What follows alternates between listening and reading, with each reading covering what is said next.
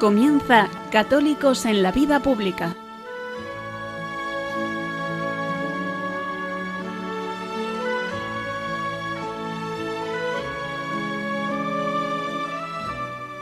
Un espacio dirigido en Radio María por Luis Zayas.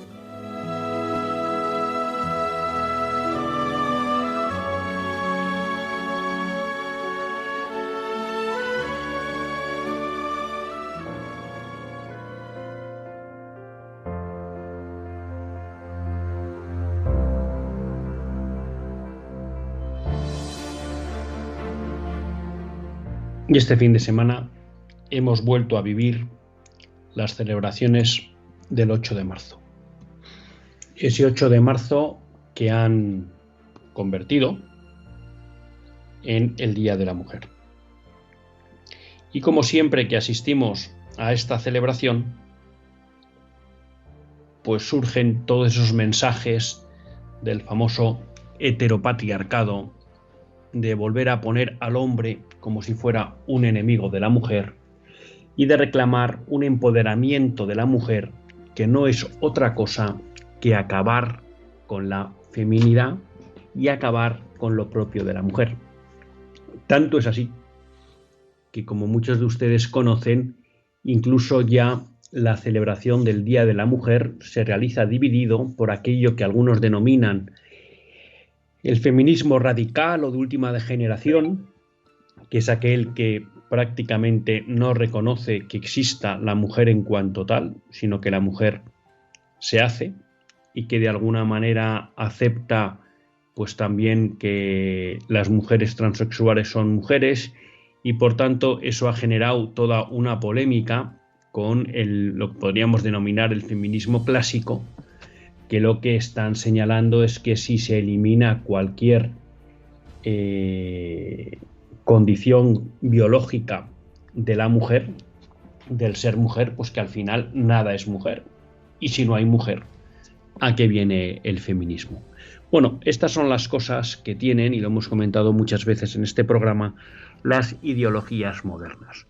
En muchas ocasiones las ideologías modernas dicen que quieren defender o proteger algo, y realmente, en tanto en cuanto como ideologías que son falsas y ajenas a la realidad, muchas veces acaban destruyendo aquello para lo que dicen nacer y defender. Y un ejemplo claro es el feminismo. Hoy es el día en que el feminismo se divide, porque hay un sector del feminismo que denuncia o que acusa al otro sector de haber abolido el concepto de mujer, y que por tanto, si no hay mujer, ¿en qué cabeza cabe hablar de feminismo? Pero yo siempre me gusta aprovechar este día para recordar lo que creo que es una verdad, y es que el feminismo no es un movimiento al que las personas de sentido común, y menos los católicos, nos debamos adherir. Es verdad que se suelen hacer distinciones entre lo que se podía denominar un feminismo revolucionario, fruto sobre todo de la revolución sexual de mayo del 68, y un feminismo clásico que lo que buscaba era una equiparación entre el hombre y la mujer. Y se tiende a pensar que el primero es malo, el feminismo revolucionario, y el feminismo clásico es un feminismo bueno. Yo, y lo hemos explicado muchas veces en este programa, considero que los dos feminismos son malos. Y entonces alguien puede decir, bueno, esto quiere decir que Luis Zayas está a favor de la desigualdad entre los hombres y las mujeres. Y en parte les diré que sí, y en parte les diré que no. ¿Luis Zayas está a favor de la desigualdad de hombres y mujeres? Sí, porque hombres y mujeres somos iguales en dignidad, pero distintos. Y en la medida que somos distintos, somos desiguales, no somos iguales. Y por tanto, estoy a favor de esa desigualdad.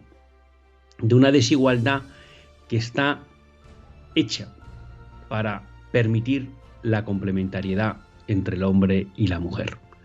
Una complementariedad que es básica para que aparezca nueva vida en este mundo y por tanto la especie humana siga existiendo, y una diferencia que lleva a una complementariedad que es esencial para la educación de nuestros hijos.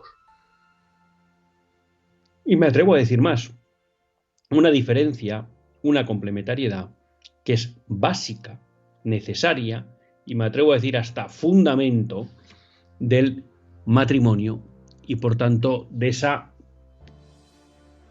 comunidad tan especial que forman un hombre y una mujer que se entregan a sí mismos para toda la vida. Por tanto, Luis Zayas está a favor de la desigualdad entre el hombre y la mujer. Luis Zayas lo que no está a favor es de la desigualdad jurídica o de derechos entre hombres y mujeres. Bueno, aquí les matizaría. Luis Zayas lo que no está de acuerdo en que se considere que hay una distinta dignidad entre hombres y mujeres. Y por tanto, esa misma dignidad exige que en buena medida los hombres y las mujeres tengan los mismos derechos y obligaciones jurídicas. Pero también les digo, estoy a favor de la desigualdad jurídica en determinados casos entre hombres y mujeres. Por ejemplo, a Luis Zayas le parece fenomenal que los hombres tuvieran obligación de realizar el servicio militar y las mujeres no. A Luis Zayas le parece fenomenal que los que tengan el deber de acudir al frente a defender su patria sean los hombres y no lo tengan que hacer las mujeres, lo cual no quiere decir que muchas mujeres participen en los ejércitos, pues participaban históricamente en tareas pues de enfermería, de medicina u otro tipo.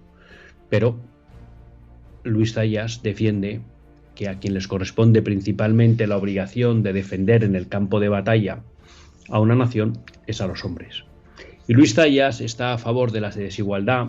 El otro día leía un dato que entiendo que es cierto, que en el hundimiento del Titanic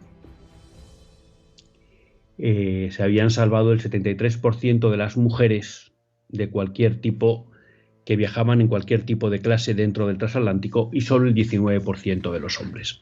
Bueno, pues Luis Zayas está a favor también de esa desigualdad que decía que en caso de peligro primero había que poner a salvo a las mujeres y a los niños y después a los hombres. Y efectivamente Luis Zayas está a favor de muchas desigualdades que la propia tradición, que la propia costumbre han establecido entre hombres y mujeres, porque normalmente la base de esa desigualdad era el papel primordial y especial que la sociedad concedía a la mujer. Y por eso, en tanto en cuando la mujer se consideraba un elemento fundamental para la supervivencia vital, física de la sociedad y también para la educación de los hijos, contaba con una serie de privilegios que hacían que pasara por encima del hombre, por ejemplo, en situaciones de riesgo o de peligro, porque era una sociedad que entendía la grandeza y la importancia del papel de la mujer, en especial del papel de la maternidad, y que el hombre, en su función social, lo que debía es proteger a la mujer. Y efectivamente eso generaba muchas desigualdades, normalmente a favor de la mujer. Y estamos a favor de esas desigualdades, porque esas desigualdades ponen en valor ese especial papel que juega toda mujer en el ámbito social. ¿Quiere decir que con eso nosotros estamos a favor de desigualdades injustas que se hayan podido dar en la historia, en el orden jurídico? No. Aquellas desigualdades que han sido injustas en el orden jurídico, pues deben ser resueltas. Y estamos a favor de ellos. Pero no estamos a favor de ese igualitarismo, igualador, equiparador, que en el fondo lo que hace es menospreciar, cuando no rebajar, el papel que juega una mujer y en especial una madre. Por eso ese feminismo clásico, que de alguna manera algunos ven como liberador de la mujer sin caer en las aberraciones del feminismo a partir de mayo del 68, es ya un feminismo que inocula un pecado original. Es un feminismo que busca un igualitarismo equiparador entre hombre y mujer.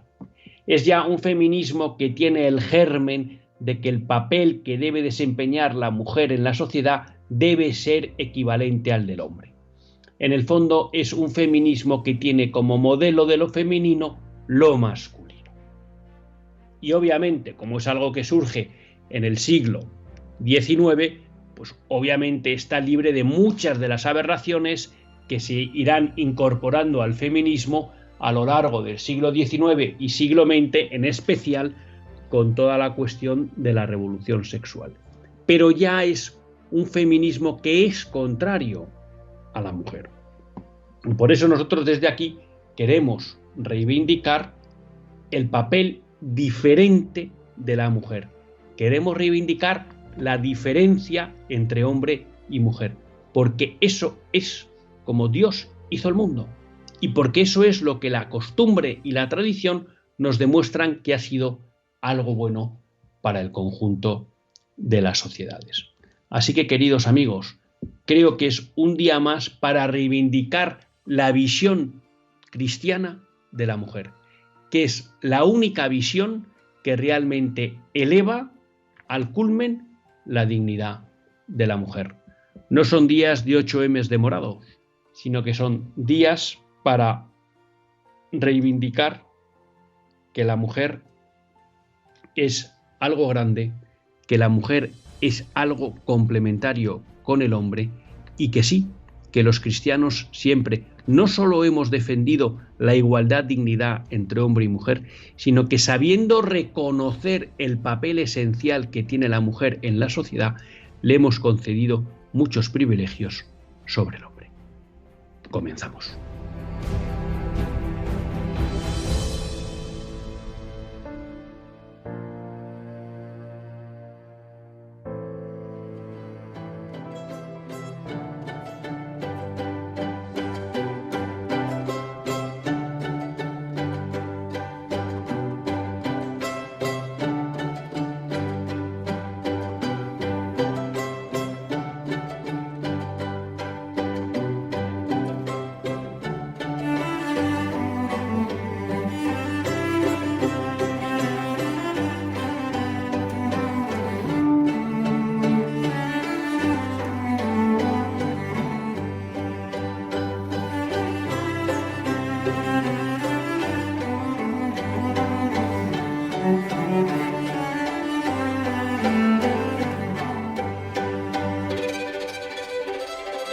Buenas tardes, queridos amigos de Radio María.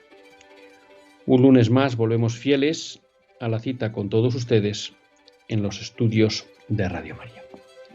Un lunes más para hacer este programa, Católicos en la Vida Pública. Programa que, como todos ustedes saben, quiere ser una reflexión pausada sobre la actualidad nacional e internacional. Una reflexión que tratamos de hacer siempre desde la óptica del magisterio de la Iglesia y su doctrinación. Una Iglesia que no nos cansamos de repetir, que es madre y maestra.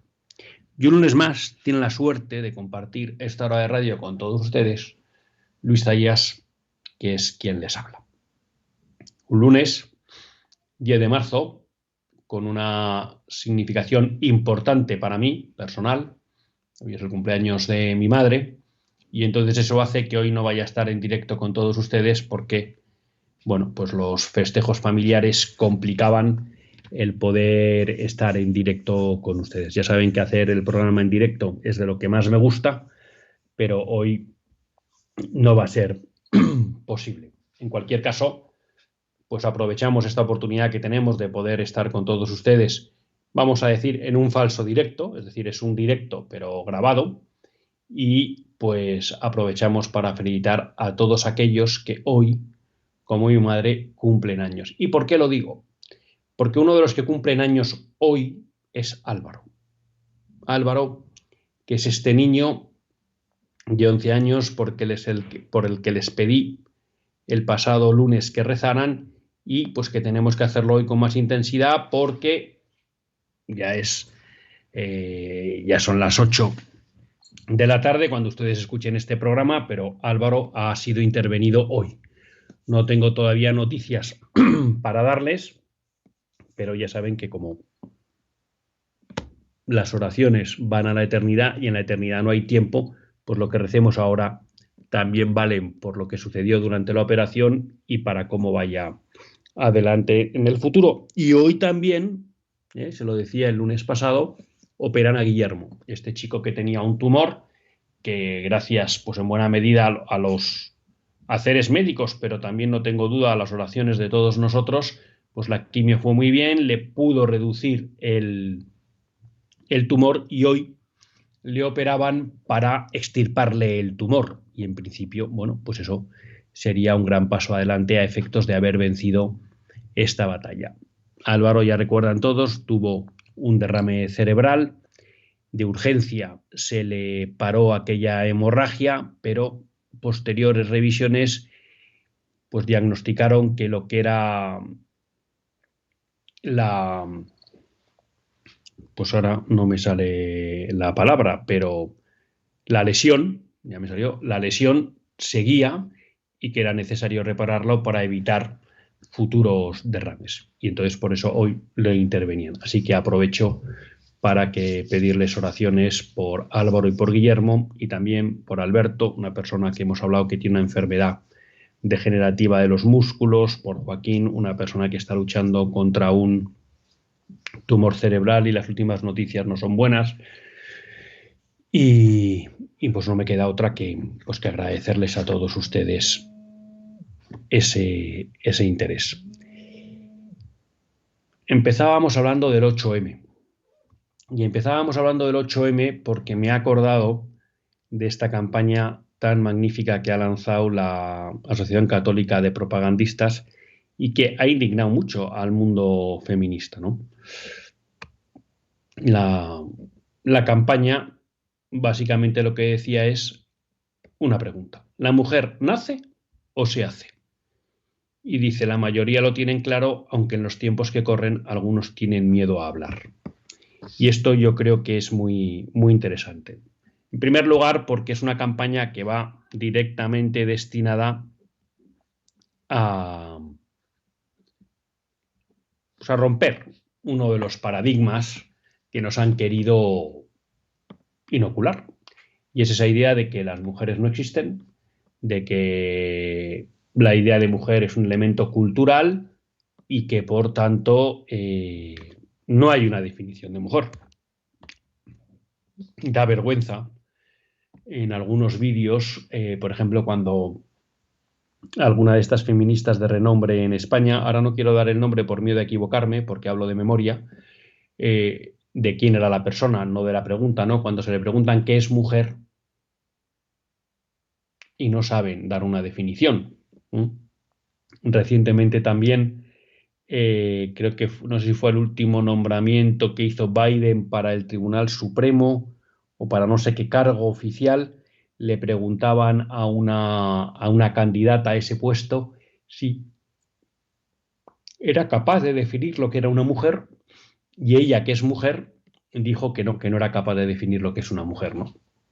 Porque está detrás de toda esta situación, de toda esta incapacidad para poder definir lo que es una mujer, ese constructo ideológico que dice que mujer no se es, sino que se hace. Bueno, y contra eso, pues la campaña de la ACDP, de la Asociación Católica de Propagandistas, lanza un torpedo en toda la línea de flotación. Y de alguna manera, en la celebración o conmemoración del 8M, pues esta cuestión divide al feminismo. Hay un feminismo que algunos tachan de radical o identifican como radical, en el que, o de última generación, en el que efectivamente se compra esta idea de que la mujer se hace, no se nace, que por tanto la biología no tiene nada que decir y que esto es una cuestión cultural. Hay otro feminismo que se denomina más clásico, que lo que dices, ¿no? Que la mujer existe, que es una realidad biológica y que a partir de ahí, pues ellas lo que reclaman una serie de derechos o de equiparación de la mujer al hombre. Nosotros creemos que ese es un marco mental equivocado, es un marco conceptual progre. Nosotros nos salimos de ahí, no queremos entrar en ese debate. Hemos explicado en el editorial que entendemos que los dos feminismos son malos y que son contrarios a una verdadera defensa de la dignidad de la mujer. Nuestro marco conceptual es otro. Nuestro marco conceptual es que hombres y mujeres son distintos. Desde el nivel genético son distintos. Y que esa distinción no solo es buena, sino que es necesaria.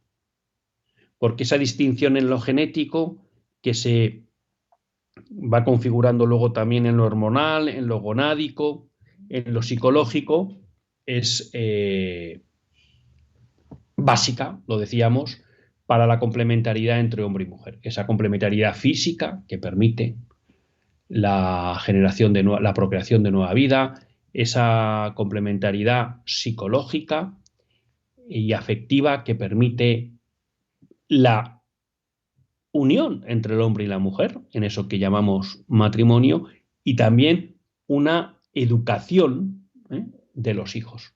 Bueno, y por tanto creemos que esa diferencia no es que haya que eliminarla, sino que hay que ponerla en valor. Y de ahí decíamos que fruto de esa diferencia a lo largo de la historia han surgido desigualdades entre hombre y mujer que nosotros abrazamos. No las desigualdades injustas, porque cualquier injusticia, como hombres de sentido común y por tanto que quieren ser justos, o como cristianos, la rechazamos. Y no escondemos que a lo largo de la historia se han podido producir injusticias en el trato jurídico que recibía la mujer respecto del hombre y por tanto, cuando eran injustas, pues está bien que se pida su eliminación. Pero también somos conscientes de que en la vida de nuestras naciones, de nuestros pueblos, bueno, pues ponía varios ejemplos de cómo se han producido diferencias, desigualdades a favor de la mujer, porque en el fondo en la sociedad había un concepto de que la mujer era algo que había que cuidar y proteger, dado su papel esencial en el ámbito social, y nos alegramos de esas diferencias, porque no somos igualitaristas. Y me parecía muy interesante un artículo que publicaba con motivo del 8M en Religión en Libertad, Pablo Ginés, en el que hacía referencia a un libro de Giulia Galeotti, La Iglesia de las Mujeres. Y en él, bueno, pues hace un pequeño repaso, pero dice algunas cuestiones de cómo el cristianismo realmente ha ayudado a poner en valor la dignidad de la mujer. En primer lugar, el cristianismo ha reconocido desde siempre que en tanto en cuanto hombres y mujeres son hijos de Dios, tienen la misma dignidad espiritual. Y esa es una aportación exclusiva del cristianismo. No vayan a buscarla a otros sitios. Eso está ahí. En segundo lugar, el matrimonio cristiano establece una igualdad entre hombre y la mujer en la relación. Cosa que en las culturas paganas la promiscuidad sexual del marido estaba perfectamente aceptada. Y en las culturas poscristianas como la nuestra está perfectamente aceptada la promiscuidad tanto del hombre como de la mujer. Entonces, realmente el matrimonio cristiano, y en ese sentido, y es un tercer punto que apunta este artículo de Pablo Ginés, la indisolubilidad del matrimonio, al margen de ser un elemento natural del matrimonio, ¿no?, de la naturaleza de la institución matrimonial, permitía claramente la defensa de la mujer, porque históricamente lo que se permitía era el repudio por parte de los hombres de las mujeres, lo cual en esos tiempos además suponía abocar a la pobreza y a la marginalidad a la mujer. El hecho de que el cristianismo recuperara y pusiera en valor el carácter natural del matrimonio como institución indisoluble ayudó a defender a la mujer en el ámbito social. Finalmente, el cristianismo, no finalmente, o además, el cristianismo promueve un cambio en la visión del hombre. En los paganos, pues el padre era una especie de dictador en la familia, una especie de gobernante totalitario dentro de la familia que podía disponer casi a su merced de los hijos, incluso de la mujer. Había muchas culturas paganas que reconocían a los padres varones el derecho a matar a sus hijos. Eso obviamente el cristianismo lo eliminó, pero no solo eso, sino que el cristianismo empezó a modelar el papel de la paternidad, recalcando los deberes que tenía el padre respecto de los hijos y también recordando el papel afectivo que tenía que jugar el padre respecto de sus hijos, ¿no? De hecho, establece deberes para los padres. Luego nos habla de cómo el monaquismo, que se desarrolla en toda la tradición cristiana, junto con la virginidad, ¿no?, ponen en valor la dignidad de la mujer en sí misma, de la feminidad al margen de la maternidad. Por supuesto que el cristianismo, el catolicismo, siempre ha concedido una gran dignidad a la maternidad, pero el cristianismo, frente a otras culturas y tradiciones no cristianas, no valoraba a la mujer solo en tanto en cuanto su condición de madre, sino que puso en valor la virginidad, y no solo eso, sino que dio un puesto especial en la Iglesia a lo que es la vida religiosa femenina. Vida religiosa que, por otro lado, además permitía que muchas mujeres alcanzaran grandes grados culturales, pues de mucho nivel.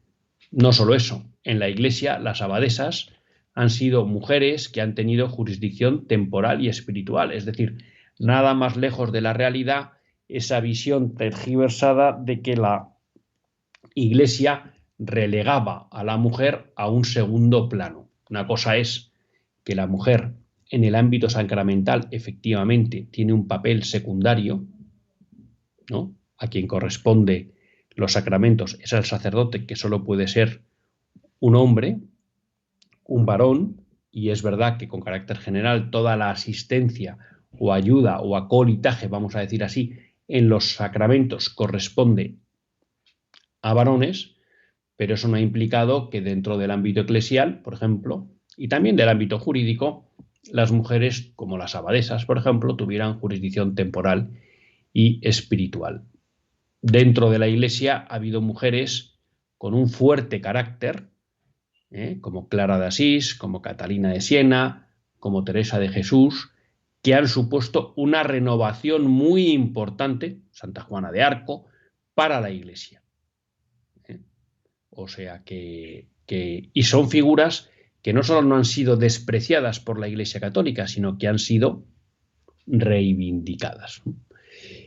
Y a partir de ahí, del siglo XIX sobre todo, pues veremos también cómo muchas mujeres son fundadoras de iniciativas que exigen además no ya solo un retirarse del mundo y vivir en un convento o en un monasterio poniéndose en manos de la providencia, sino que han desarrollado instituciones educativas, instituciones religiosas educativas o dedicadas a la sanidad o a la atención de los enfermos, que exigía además altos grados o capacidades de gestión, ¿no?, como eran orfanatos, hospitales, escuelas. Y eran esas mujeres las que administraban ese dinero y esas obras de caridad. Por tanto, podemos decir que si de algo tenemos que estar orgullosos los católicos es que realmente la Iglesia, no caigamos en la trampa del marco conceptual progre, ha sido feminista. No, porque la Iglesia no es feminista, ni los católicos somos feministas, sino que la Iglesia ha sido una institución que siempre ha valorado a la mujer, ha dignificado a la mujer y ha promocionado a la mujer. Así que, como digo yo, estas celebraciones del 8M no son tanto para que nos echen en cara o para que nos avergoncemos de que no hemos estado a la altura de las circunstancias, sino al revés, para que aprovechemos para reivindicar que si ha habido una institución en el mundo que ha hecho algo de verdad bueno por la mujer, esa ha sido la Iglesia Católica. Vamos a hacer una breve pausa para que descansen, para que puedan de alguna manera recapitular todo lo que hemos hablado y continuamos en Católicos en la Vida Pública.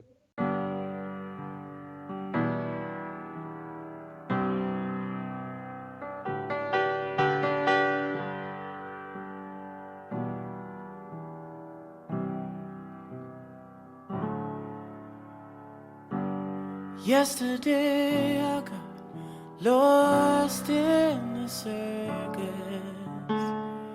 feeling like such a mess. And now I'm down, I'm just hanging on the corner. I can't help but reminisce, 'cause when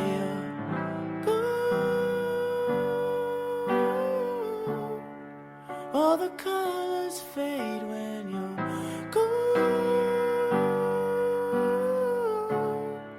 No New Year's Day parade, you're gone.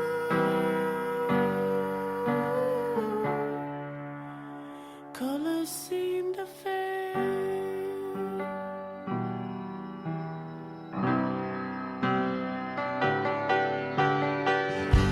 Your mama calls, she said that you're downstairs crying, feeling like such a mess. Yeah, I hear you, yeah, in the background bawling. What happened to your sweet summertime dress? I know it all. We all got our faults, we get locked in our vaults and we stay. But when you're gone, all the colors fade when you're gone. No New Year's Day parade,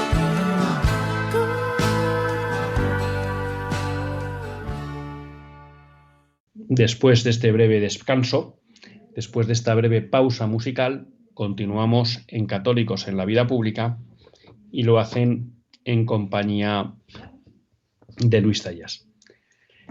Les recordaba al inicio del programa, que hoy es un programa grabado. A nosotros lo que más nos gusta es hacer el programa en directo, pero bueno, estábamos celebrando los 80 años de mi madre y pues no nos es posible poder participar en directo con todos ustedes. Hemos dedicado la primera parte del programa a las conmemoraciones del 8M, a recordar esa magnífica campaña que ha hecho la Asociación Católica de Propagandistas en relación con esta cuestión y a poner en valor el gran papel que ha jugado la Iglesia Católica a la hora de dignificar, proteger y promocionar a la mujer. Esta última parte del programa la quería dedicar a 3 temas que me parecen relevantes. Algunos de ellos los ha tocado también Monseñor Munilla esta mañana en su programa, pero creo que es bueno recordarles. El primer tema es un tema que tenía yo apuntado desde hace tiempo para compartir con todos ustedes y que al final pues la actualidad iba haciendo que lo fuera posponiendo, pero yo creo que es el día para tratarlo. Y es toda la cuestión, toda la campaña que se montó contra la Iglesia Católica en Canadá y en parte también contra la Iglesia Anglicana, pero ya saben ustedes, yo creo que esto es una de las grandes demostraciones de que la Iglesia Católica es la verdadera. La gran campaña se montó fundamentalmente contra la Iglesia Católica cuando, en base a unas supuestas investigaciones que se habían hecho con una serie de aparatos que permitían analizar el subsuelo de colegios donde había habido instituciones educativas católicas y en las que supuestamente se habían encontrado centenares de cadáveres, y poco menos que lo que venían a decir es que esas instituciones habían maltratado a esos niños, en su mayoría indígenas, creo que eran, y no era más que fruto del escarnio y de la explotación y del maltrato que producía la Iglesia Católica sobre esos niños indígenas. Bueno, aquello fue una polémica que tuvo repercusiones internacionales y ante la cual pues muchos miembros de la Iglesia Católica, Papa Francisco incluido, decidieron pedir perdón. Decidieron pedir perdón en un gesto que desde mi punto de vista es ambivalente. Y con todo el respeto lo quiero decir. Me parece que por un lado puede ser un gesto generoso, de decir, bueno, ustedes me acusan de algo y a mí no me importa pedir perdón y no tengo reparo en pedir perdón. Y desde ese punto de vista, esa generosidad en la petición de perdón me parece virtuosa. Pero por otro lado, les tengo que decir que la otra cara, nunca he sabido si la cara es la buena y la cruz es la mala o al revés, que la otra cara de la moneda de ese gesto, desde mi punto de vista, es negativa. Es negativa porque asumimos la responsabilidad y la culpabilidad de otros miembros de la Iglesia de forma crítica, con la gravedad de que ya no se pueden defender, y entonces asumimos que ellos fueron culpables, sin haber exigido las suficientes pruebas para tener que pedir perdón por algo que hicieron ellos. Porque una cosa es que uno asuma rápidamente la petición de perdón por un daño que a lo mejor involuntariamente causó, no lo quiso causar, pero él es consciente de que estuvo comprometido. Mira, aunque yo no quise hacer ese daño o no soy consciente de ese daño, yo te pido perdón. Pero no es lo mismo que asumir generosamente una petición de perdón por otros, a los que no tienen posibilidad de defender y tampoco les damos posibilidad de defenderse, exigiendo que antes de que pidamos perdón se haya hecho una investigación rigurosa sobre los hechos denunciados. Entonces creo que esa generosidad en la petición de perdón se ve un poco acompañada en el sentido de decir, bueno, esto era de otros y yo me quito del medio rápido pidiendo perdón. Y luego creo que esa celeridad con que buena parte de la Iglesia asumió la necesidad de pedir perdón también refleja un miedo al mundo. Un miedo al mundo y una desconfianza en la propia institución de la Iglesia.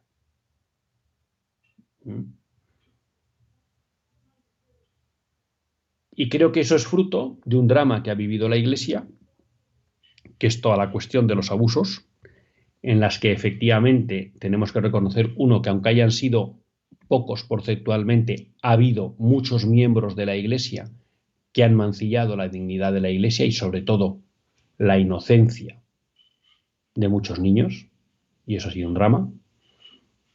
El hecho de que la Iglesia en muchos casos ha actuado mal ante esos abusadores porque no los ha perseguido y denunciado como debía, y quizá a veces buscando un malentendido bien de la Iglesia los ha ocultado. Y en todo eso la Iglesia ha sufrido un furibundo ataque del mundo a través de los medios de comunicación y por tanto cuando ve que se aparece otra campaña parecida, la Iglesia repliega filas rápidamente, asumiendo una culpa que en muchas ocasiones no ha existido. Y el ejemplo de Canadá es ese, porque 3 años después de que el gobierno canadiense, con Justin Trudeau, que es uno de los que podríamos decir cabezas representantes del mundo woke en el mundo político, y el mundo woke es progresismo puro y duro y anticristiano, que inició esa campaña, invirtió 216 millones durante 3 años en una comisión que iba a investigar todos estos hechos, y 3 años después nos encontramos que se cierra la comisión sin haber detectado ningún cadáver de esos supuestos niños, en su mayoría indígenas, que la Iglesia Católica había maltratado y abandonado a su suerte. Y que como mucho se comprueba que buena parte de los niños que están enterrados en esos orfanatos o orfelinatos, en la mayoría de los casos murieron fruto de enfermedades muy contagiosas, de las que hubo pequeñas pandemias, sobre todo a finales del siglo XIX y principios del XX. Por tanto, podemos tener la seguridad de que la imagen de la Iglesia ha sido restaurada. No ha sido restaurada públicamente, porque no habrán visto que esto se ha publicado en los medios de comunicación, no habrán visto que el gobierno canadiense pide perdón, no habrán visto que muchas de las instituciones que se lanzaron a acusar a la Iglesia digan que se equivocaron y que aquello fue una precipitación y que, bueno, pues hubo unos indicios que consideraron suficientes, pero que no lo fueron. No verán que nadie. Y desgraciadamente ni siquiera veremos a nadie de la Iglesia Católica pedir que se resarza la imagen de la Iglesia Católica. En esa época, cuando surgió toda esta polémica, recuerda Monseñor Munilla que se quemaron más de 120 iglesias en Canadá. Porque nada es gratis hoy. Y cuando se lanzan campañas de odio contra una institución como es la Iglesia Católica, muchas veces eso promueve actuaciones de odio contra esa Iglesia. Ya saben ustedes que eso no entra dentro del perfil de delito de odio que utiliza nuestro mundo progre. Si usted opina distinto del mundo progre, puede ser acusado de delito de odio, pero que se haya promovido una acusación falsa contra la Iglesia, que ha dado pie además a actos vandálicos y violentos contra la Iglesia, en ningún caso nadie va a querer considerar que lo que se estaba promoviendo era el odio a la Iglesia, porque ya saben que el mundo siempre ha funcionado de manera asimétrica. Todo vale contra la Iglesia y nada vale contra los demás. Por tanto, creo que es un acontecimiento que nos tiene que servir para hacer examen de conciencia. En primer lugar, para preguntarnos si realmente nosotros confiamos en la Iglesia Católica. Que eso no excluye pensar que en la Iglesia Católica se cometen errores, ojo, porque somos humanos y pecadores los que la conformamos.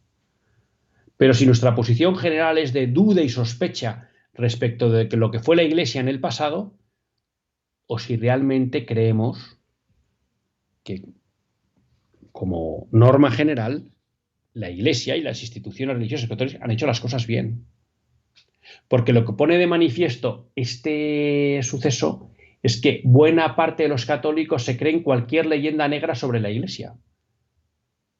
Tal y como ha sucedido durante muchos años a los españoles, que se han creído cualquier cuestión de la leyenda negra de España, que eran en su gran mayoría falsas, pero en el ideario español estaban asumidas y aceptadas. Cuando las cosas no son así. Y me temo que eso empieza a pasar con los católicos, que nos creemos cualquier leyenda negra sobre la Iglesia más fácilmente que defenderla. Y por tanto creo que hay que hacer examen de conciencia. En segundo lugar, yo creo que a nivel institucional, antes de pedir perdón por alguna cosa, aunque de verdad pueda parecer que es muy grave, tenemos que pedir que haya indicios solventes de que lo que se acusa a la Iglesia es cierto y verdadero. Y que no estamos simplemente ante una difamación sin base. Y por tanto, tenemos que exigir que la Iglesia tiene derecho a que cuando se le acuse con pruebas. Y no simplemente con habladurías. y que las peticiones de perdón, si tienen que venir, vendrán cuando las cosas estén suficientemente probadas. Y hay que pedir que se resarza esa mala imagen que se ha creado aposta sobre la Iglesia. Este era un primer tema que quería traer a colación. En primer lugar, para restaurar la imagen de la Iglesia en Canadá y en el mundo, ante una acusación que se ha demostrado totalmente falsa e infundada. Y en segundo lugar, para que hagamos examen de conciencia de cuál es nuestra visión de la Iglesia y de cuán abiertos estamos a tragarnos cualquier acusación, por falsa que sea, sobre la Iglesia, porque de alguna manera nos estamos tragando la leyenda negra que nos tratan de vender sobre la Iglesia Católica. Un segundo tema que me parece interesante es compartir con todos ustedes que hay un movimiento, se está empezando a mover un movimiento en Estados Unidos para tratar de revertir la sentencia del Tribunal Supremo de Estados Unidos que declaró como constitucional la equiparación de las uniones homosexuales, de las uniones del mismo sexo, al matrimonio. Esto fue una sentencia que se dio en tiempos de Obama, que fue el que lanzó la equiparación legal entre las uniones del mismo sexo y el matrimonio, y que ahora hay estados norteamericanos, todos gobernados por gobernadores republicanos, que están empezando a trabajar para pedir la reversión de esa sentencia por considerar que es inconstitucional. De alguna manera, lo que se trata es, una vez más, de tratar de abolir aquellas sentencias que el Tribunal Supremo americano, durante los últimos 50 años con mayoría progresista, ha ido emitiendo sin base constitucional.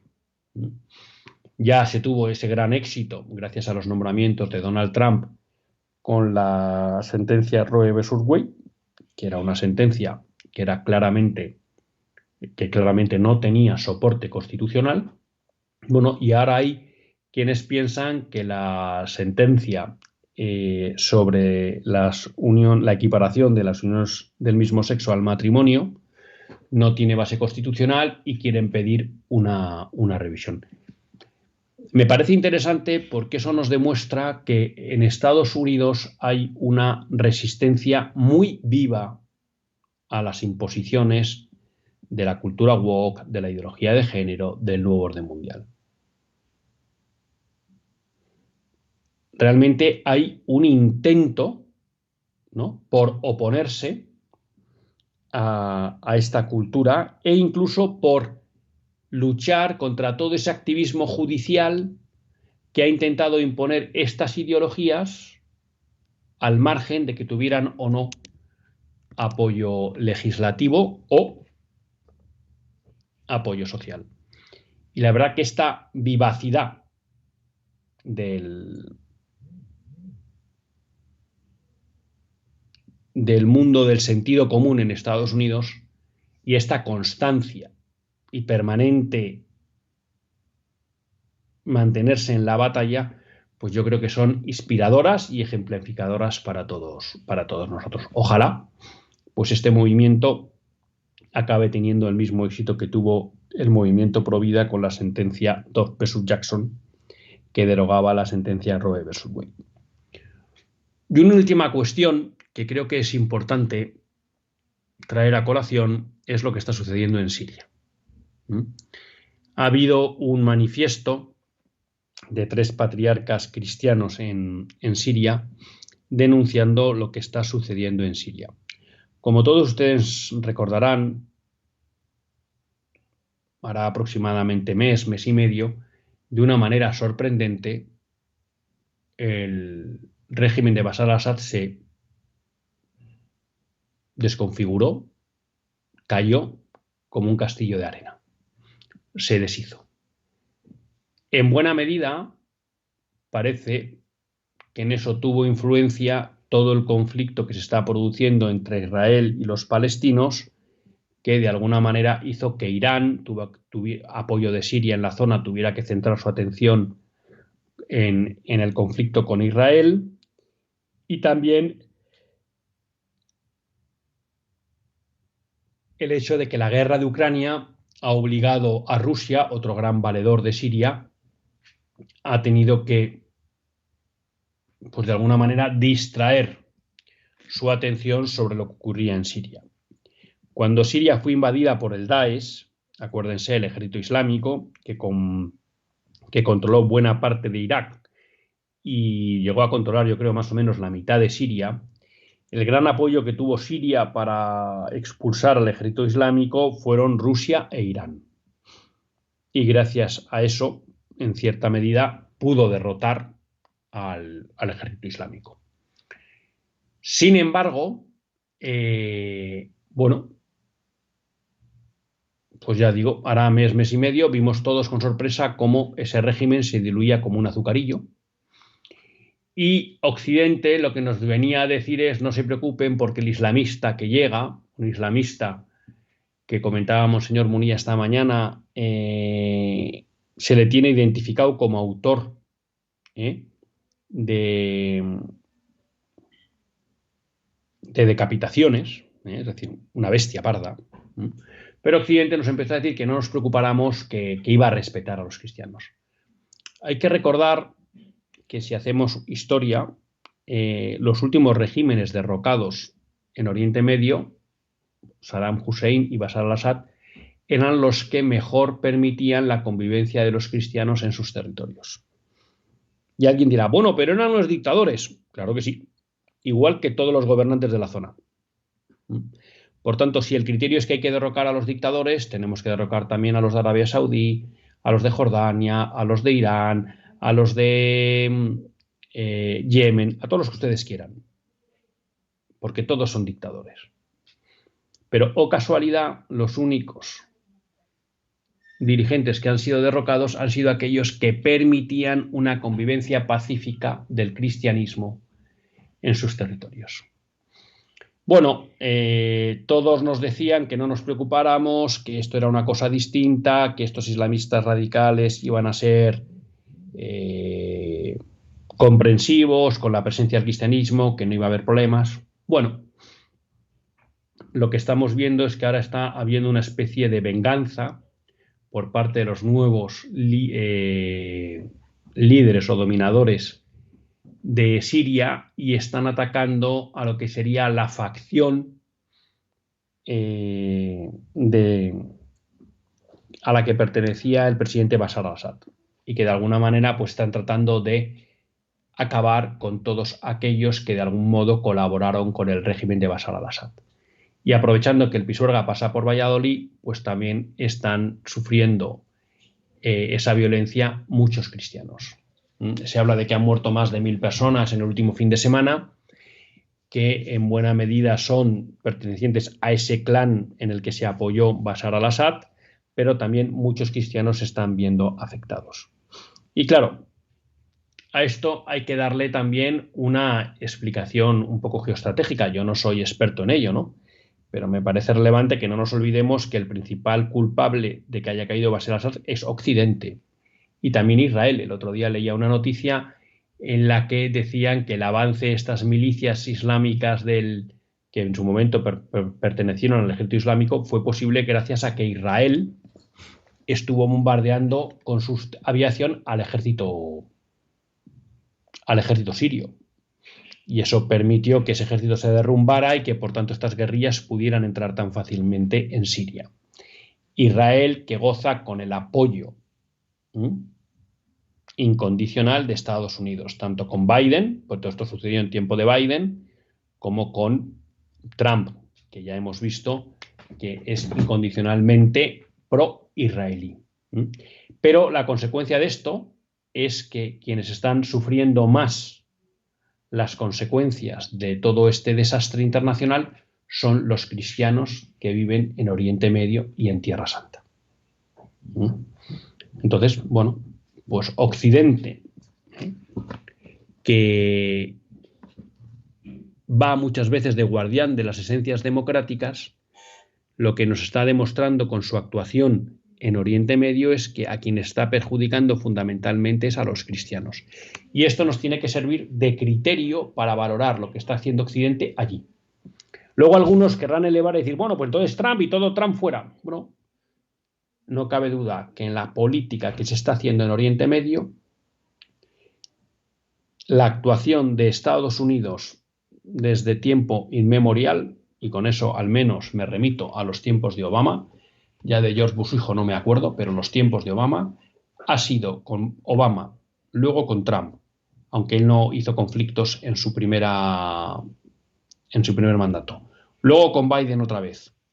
Y ahora con Trump. También con este apoyo incondicional que se está dando a Israel, la cuestión es que lo que está provocando es un gran sufrimiento para todos los cristianos. Y esto lo tenemos que hacer ver en Occidente, porque ninguna cancillería de Europa está preocupada por qué sucede con los cristianos en Occidente, en Tierra Santa, perdón, y en Oriente Medio. Y esto lo tenemos que tener en cuenta. Hay una gran traición del Occidente, que en su momento fue cristiano, hoy poscristiano, a los cristianos de Oriente Medio. Bueno, pues no nos queda tiempo para más. Me despido de todos ustedes hasta el próximo lunes. Si Dios quiere, que Dios les bendiga.